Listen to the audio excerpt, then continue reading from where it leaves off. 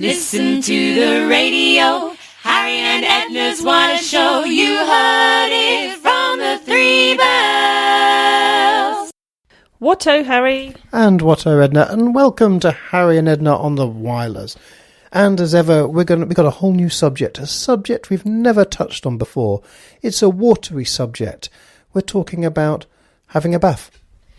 Well, I guess it would have been a bath originally, but no, because we have such gloriously sunny days here in the postal district of the 1940s, we decided we'd embrace all things sunny and outdoors, and we would talk to our chum about Woburn Lidos. And a Lido, that's a swimming pool, is it not? It is, yes. It's an old-fashioned word for an outdoor swimming pool. And we love outdoor swimming pools here in the UK because we use them so much. Yeah, we'll find out how many and later on in the programme. Because it's rather fitting, because the other day I noticed beach pyjamas are coming back in fashion. And I said, you should get a pair of beach pyjamas. And you looked at me blankly as if, what are beach pyjamas? Well, I'm guessing from the title that they are something that you can wear on the beach that resembles something pyjama-y, but you combine the two together to make them look summery and light and beach-looking. Well, what I like about it, I love the sort of 1930s artwork, sort of semi-art deco, and often it would be based around somewhere like on the seaside, and you'd have somebody, a lady with a very large brim hat, very sensible, let's not get that melanoma stuff. And then, this outfit which pretty much covered everything up, but it was very airy and flowy, and often set with a scene of people in the swimming pool. So Lido-y. It's almost as if I thought about that answer. Yeah, and I guess these pyjamas are they would cover up all sorts of things that you might be hiding underneath them. So it doesn't matter whether you're skinny or non-skinny, you can wear these lovely, light, flowy beach pyjamas as you're parading around the Lido, getting yourself noticed by all the handsome chaps reclining on their sun loungers. And here's a top tip, listener. I found out that wearing beach pyjamas, or if a lady wore beach pyjamas, this could be grounds for divorce in the 1930s. What ho? Now, you may have heard a second ago, young Edna ribbed me during that track, that sometimes I get a little bit tongue-tied when I was talking about beach pyjamas and getting divorced. And I've got history on this because, well, I'm from a different part of the world, so we pronounce words differently from where I come from. And I was talking about a chocolate bar called Phonics, which made you snigger. You got it wrong already. It's not Phonics. Harry and I had this, well, it's not often anymore. When I first met Harry, I did have trouble understanding some of what he was saying. Not that he has a very strong accent, but we were chuckling the other day because Harry was talking about some chocolate bars that he's bought us for a next event that we're doing, and he said Phonics. And I couldn't understand for love nor money. Not Phonics, Phonics. No, but you didn't say that at the time, and I had no idea that you were referring to a chocolate bar because we hadn't even had that conversation. And it took me a little while to realise that you were saying Thurrox. I said Phonics. No, it's not Thurrox. It's not spelled... Phonics. No, it's not spelled F-U-R. It's T-H. Well, this was then where it led on, because I was, as you do, I was telling my colleagues at work and making fun of your husband. Well, we were just talking about not being able to understand people and their accents, and I alluded to Harry and his Thurrox. And my colleague, who's Scottish, said, "You must mean Phonics." We went, no, they're Thurrox. And she said, no, Phonics. And as it was, we did a bit of Google research, as you do when you're at work, because obviously we're very, very busy. And bless her, she was right. So the whole conversation Harry and I had the night before about Phonics, as he put it, was totally wrong anyway. And another point I learnt, Harry, while we're on the subject of Phonics, was that they make tea cakes. I didn't realise that the same company made the tea cakes that make the chocolate bars. You learn something new every day. You certainly do. What ho? Today I'm with Chris Smith, who's the current chair for Woburn Lido. Now, Chris, I wasn't aware there was a Lido at Woburn. Well, one of the reasons I'm here today is to obviously talk a bit more about the facility, and obviously people like yourself who are relatively local but don't know that the facility's there, just to put a bit of awareness about it, because it is a fantastic place to come, especially during the summer months and when the weather's a bit warmer. And I mean, the Lido itself, we took it over in 2014, the current committee of which I'm the chair, and we decided we did a bit of a rebrand on it, just to kind of gain a bit of attention, a bit of a grand opening and a new launch, just to kind of get as much press involvement and local involvement as possible, which was really successful at the time. And we decided to keep the word Lido. There's not many outdoor Lidos left in the country. We're one of 2 in Bedfordshire and one of about 8 in the southeast of England. We're one of the biggest ones, luckily. The reason we kept the word Lido is because it is a Lido, and it's not only an outdoor swimming pool which can be enjoyed by the masses, but it's a relatively modern indoor changing facility and clubhouse, if you like, with a cafe and full disabled facilities, hot showers, but also more importantly is the reason why we aim it more at families is because we're fortunate to have a very large and open picnic area which people come and buy a day ticket and essentially spend the day there, where they can use our facilities, use our swimming pool, bring snacks down with them, bring drinks down with them, and enjoy the sunshine. So what was the history behind the Lido? Because I'm assuming it is quite an old facility, which we'll talk about in a moment, brings its own problems, being such a historic venue. Well, it's got a lot of history. The actual facility was essentially born by the workers from Woburn Abbey at the time. The ground on which it stands was originally the wash house, the laundrette for the Abbey, where they used to take care of all of their bed sheets and linen and the Duke at the time's clothes and everything. And during the hot summer months, which we don't see many of in England, but obviously there are a few that we're lucky to have. Obviously, with the steam and the temperature inside the facility, the workers took it upon themselves to dig out a very modest hole in the ground and essentially turn it into a bit of a swimming pool that they could jump in and cool off it in the summer months. When that laundrette was closed and the wash house was shut down and relocated back to the Abbey, the Duke at the time was kind enough to gift that land to his workers and to the community.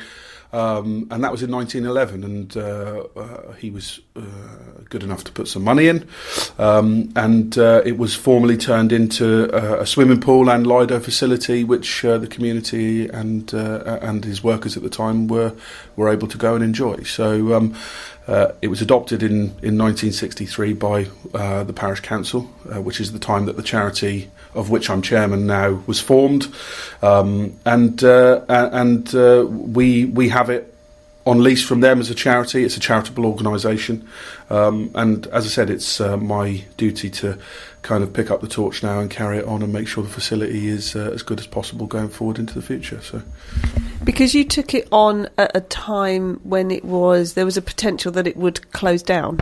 Yeah, absolutely. So there's been various different committees and chair people and individuals involved with the facility over the 100 years plus that it's been open, but due to lack of interest, I would say, more than anything else, and people deciding to who had hailed the torch for a long time, deciding that it wasn't for them anymore. In early 2014, it was faced with closure, and I'd recently moved into the village at the time. It was a vehicle for me to get to know people a bit better, but since then it's kind of become a bit more of a passion in terms of making sure we have a great facility. As I said, one of the only ones in the country left. It would be a crying shame to see it close and be converted back into whatever they decide to do do with it. So I decided to run with it, and since then we have a huge committee behind us who are very passionate. Some are local in the village, some are outside of the village and around the Milton Keynes and Buckinghamshire and Bedfordshire area, and they've been very good in helping me and helping each other make sure the facility is usable and is sustainable for the future. So. What ho? What it's like when you arrive at the Lido. Is it kind of sunken swimming pools? Are there deep ends, and is there one pool or three?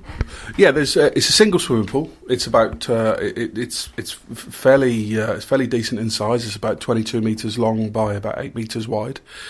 We have a long open gravel drive, free parking for the people who are using the facility. You pay at the kiosk when you come in, and the kiosk supplies everything. Unfortunately, we don't do hot food, but we do pre-packed food, confectionery, cold drinks, teas and coffees, that type of thing. And we have a kind of an outdoor cafe area with benches, picnic benches, and seating for people who bring their kids down and who want to use the Lido. They can enjoy a refreshment whilst they do that.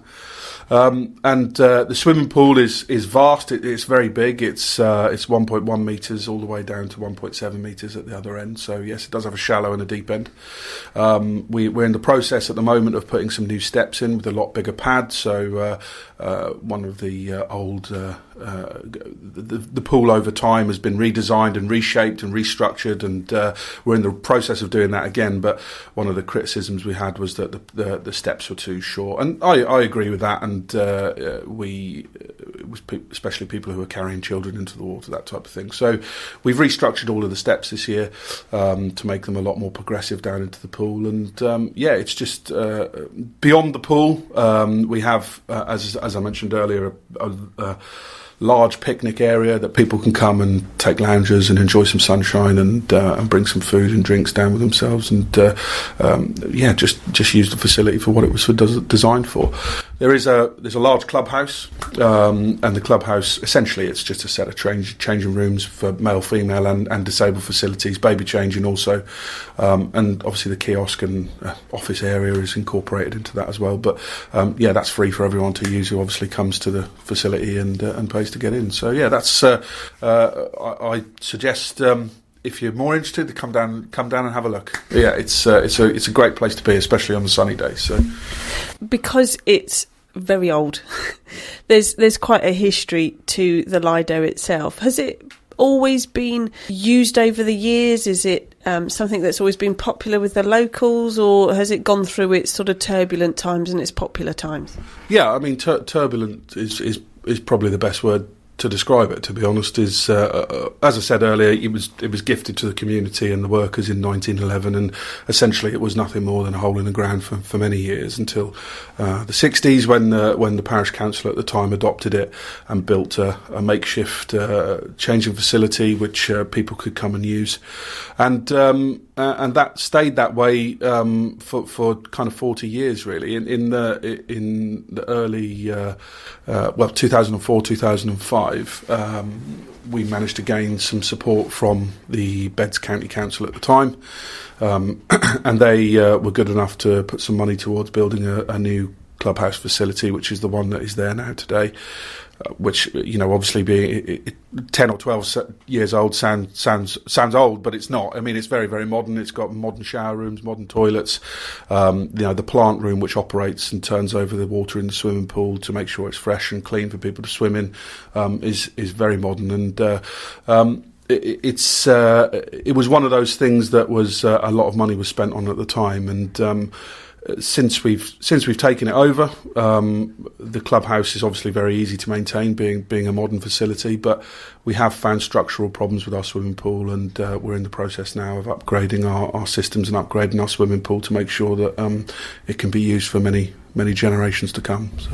And I'm assuming again that when you're trying to repair pools, it's not a cheap affair.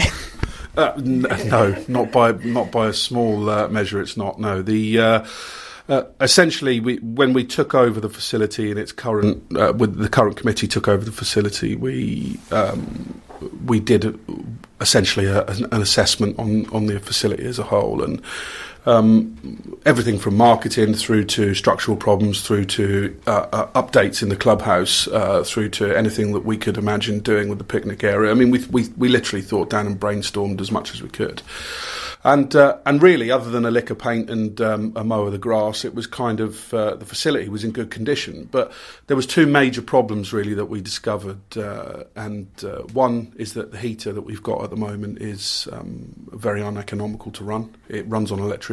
It's kind of 200 kilowatts. So if you run it for the month, it costs the best part of about £2,500 to run. And the biggest problem we had was a structural issue with the pool at the moment. The swimming pool is a concrete formed swimming pool, which over the years since it was built back in the 60s, the concrete has turned porous, and various different cracks and issues, structural problems have occurred, and it means we have a large loss of water every single time we fill the pool up, and we have to keep that constantly topped up. So we're in the process of looking for funding from the lottery. We've applied once and been unsuccessful, but we've just applied again, and we're due to find out by mid-May whether we've been successful or not.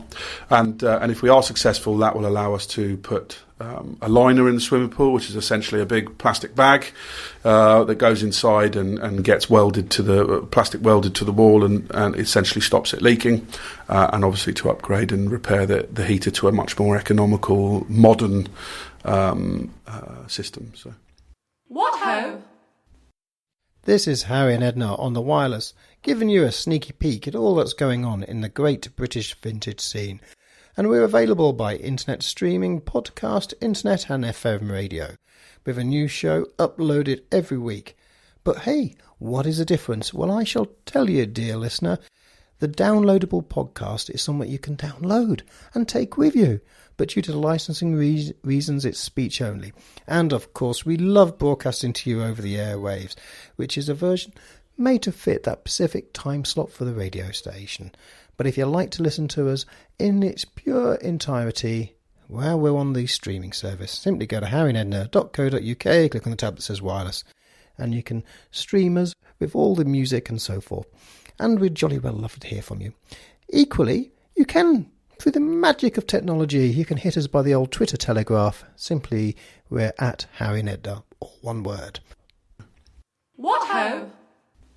Did you know anything about swimming pools and Lidos, or has this been a huge learning curve for you and the committee? I knew nothing about swimming pools other than the experience I'd had on the Costa del Sol when I'm on holiday, but jumping in and out with my friends and family. But other than that, I did question myself after I'd gone to the meeting and put my hand up to be chairman and had been voted in. I did go home and kind of have a cup of tea and question myself of what on earth I had done, because I didn't know anything about it. But I was very open and honest with everyone at the time, and I said, I don't know anything about it, but I'm keen to learn, and I'm keen to make sure the facility stays open. And we've been very fortunate having a local pool contractor on our side who runs his own little business, and he's been incredibly supportive. What with any modern plumbing or electric job, if you talk to some of the big pool contractors, they charge you call-out charges and all sorts of stuff. But this guy is kind of, whilst we're paying him for his time, he's been a very, very committed member of our committee and has helped out a lot. And really, for me, I started with no knowledge of it whatsoever, and I've just kind of learnt from the ground up, which is I think arguably the best way, because you don't go into it and for example, we were talking to some of the old committee and they were saying, the leak can't be repaired, it means you have to dig everything up and it's £100,000 and all this type of thing. That's not the case, and it just means that if you start with a fresh face and just write down all the questions you've got again and have no prior knowledge, it means you can kind of start with an empty page and kind of fill it up as you go along. And for us, it's been an incredible learning curve, and I know everything there is to know about swimming pools now, which not many people have the privilege of knowing, but it's certainly useless knowledge, but knowledge that I've put to good use, if you like. So do you find yourself and your committee getting really passionate about the Lido? Are you always sort of talking to people about it? Or do you drag your friends and family down there every weekend to make sure the facility is being used? Yeah, absolutely. Well, I mean, the facility is open between kind of early May and end of September. We have our quieter periods, which are usually the rainy days, and we have the busier periods, which are obviously the scorching hot ones, which we don't enjoy many of them in the UK, but when we do have them, they really do, it really is, the atmosphere there is incredible. And for us as a committee, we've spent so much time and energy and man hours into getting the facility to looking and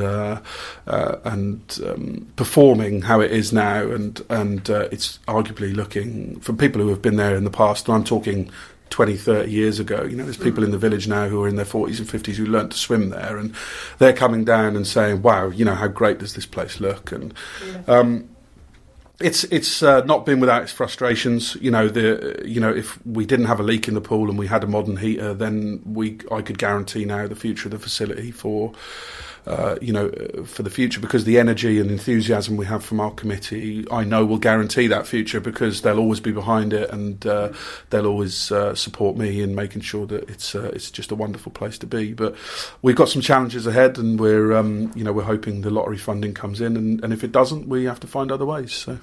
Is it relying on income raised from admissions and the cafe that you're reliant on, or do you try and look for other sources of income? Yeah, I mean the core money that we use to bolster the facility and do modifications and adaptations and make it looking fresh-faced, that money comes from the people who come through the gate, people buying season passes, people buying day tickets or half-day tickets. The reason for coming and talking to you guys is for people who don't know about the facility and people who didn't even know it existed, of which there is still a lot. We've tried our hardest to get the name of the Lido out there and get people involved in it, but it's without customers and without people walking through the door, then it won't open. It's as simple as that. So if you haven't been, I encourage you thoroughly to come down. But of course we look for donations. We've had some very, very good support from the local parish council. We've had some good support from individuals who have used the pool in the past. But we cannot rely on those on their own. And if without the customers, we'll shut the door. So swim. Indeed. What ho? Do you end up paying staff to run the facility, or do you rely on volunteers to help?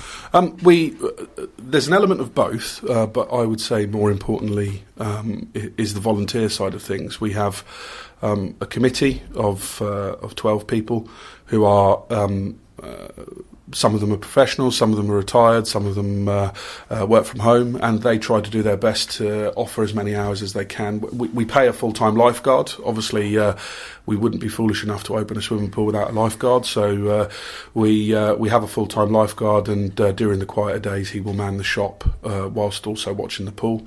But obviously, in our busier days, when we have upwards of 100 people at the facility, it's difficult to employ a lifeguard to sell crisps and also make sure people are safe while they're swimming. So we do have a core member of volunteers and people who help us out during the year. But without the volunteers, to be brutally honest, we wouldn't be able to open, because we just simply can't pay. We don't have enough funds to pay for 2 lifeguards and a facilities manager, for example. So there's a vast amount of cost that goes into opening a swimming pool. There's chemicals involved, there's electricity to run the pumps and the filters and all that type of stuff. And this is things that I knew nothing about when I took over the facility, and people wouldn't ever consider when they come to use it, and rightly so, because they're there to enjoy themselves. But essentially we. It's a call to arms, really. If anyone's local, first of all, if you've never visited the facility, you weren't aware of it. We've tried to reach out to you, but obviously we may have failed. So, come down, buy a season pass, buy a day pass. If you come and use it for the day and you decide you want to buy a season pass, then we refund your day ticket. We do concessions, we do adult-only swimming, we do twilight swimming, so if you come of an evening after work. So we have lots of ticket options and lots of different variations of things we can offer you to make sure it's affordable and you can enjoy the facility to its maximum. But more importantly, if you are sitting at home considering doing some volunteering this year, then your help would be much appreciated, because without you and without volunteers, essentially we can't open the gates, and any help would be appreciated. So do you have lots of events as well? Do you have events that support the fundraising, or events surrounding the Lido itself? Yeah, absolutely. We have people from all walks of life using the Lido for all different manner of things. Officially, we don't do kind of private hire, but if people do want to use the swimming pool out of hours, then we're happy, as long as they're happy to pay a lifeguard and give us a nominal donation, then we're happy to open. But in terms of actual events, every year we do a grand opening where people come down. We do subsidised ticket prices, barbecue, or we had pizzas there last year being made freshly, which was great. And we've also done things in the past like kids events. So the local school come down, we throw inflatables into the pool. Obviously we put on an extra lifeguard for that one, because children can get overexcited, obviously, as I'm sure you're aware. But we also offer all sorts of stuff. For example, we had a church in last year, a local church to us from Milton Keynes, who came and did a baptism at the swimming pool. And we've had disabled groups down, and as I said, people from all walks of life. And what I would say is that if you're interested in coming on one of our event days, or if you want to know more about the pool, or know more about what it is that we're up to and how we're managing the facility, and any news coming, if we're successful in our bid, then to Sport England to get the funding, then if you want to know more about us, then we have a Twitter page, which is at Woburn Lido. We have a Facebook page, which is you can find us under Woburn Lido or Woburn Swimming Pool. And we also have a website, which is www.woburn-lido.co.uk. You can log on to any of those streams and see what we've been up to. Or if you like the old-fashioned way, you can pick up the phone, and you can even come down and see us and use our cafe, use the pool, and enjoy free Wi-Fi and all of that type of stuff. So yeah, we encourage people to get involved, have a look into us, and you won't be disappointed. So on the website there'll be opening times, and if people are doing it the old-fashioned way, whereabouts exactly are you in Woburn? Okay, so Woburn Village Hall is quite a well-known kind of landmark in Woburn. It's a vast village hall next to the village playground, next to the village playing fields. We are opposite it, about 100 metres up the road. So we're on the other side of the road, about 100 metres away. If you come into Woburn, if you come into Woburn from Ridgemont on the Crawley Road, you'll see us with the first building on the left-hand side as you come in. If you go to for the people who are less old-fashioned, if you want to go to Google Maps, we're all marked on there. You'll see us exactly where we are in the pool. If you zoom into Woburn, you'll see a big banner saying where we are. So, alternatively, you can log onto our website, and we've got directions for us on there also. And your website one more time? www.woburn-lido.co.uk. Brilliant. Well, we wish you every success with the Lido, and hopefully you'll go from strength to strength and have hundreds and hundreds of visitors over the summer. So well done for what you're doing, and hopefully, fingers crossed, you will go from strength to strength. Thank you for joining us today. Thank you very much. Thank you for having me, and we look forward to seeing you all during the summer. What ho? I've only got one word to say to you, and that's phonics. No, tonics. See, our show is very educational. Phonics. Tonics. I thought you had to say it with a slightly Scottish lilt. Tonics. Yeah, and if you're enjoying the Harry and Edna on the wireless, don't forget, you can listen to us over and over again. We're on the old listen again, so go to harryandedna.co.uk, click on the tab that says wireless, and you can listen to this show. Well, it's time for us to disappear. Yes, we have to go. So we shall disappear now and have a late night dip in the Lido. So it's just time for me to say toodle pip, tonics, folks. Oh, I'll get it right. I'll get it right. Anyway, toodle pip from me and... toodle pip from me. Listen to the radio. Harry and Edna's Wireless Show. You heard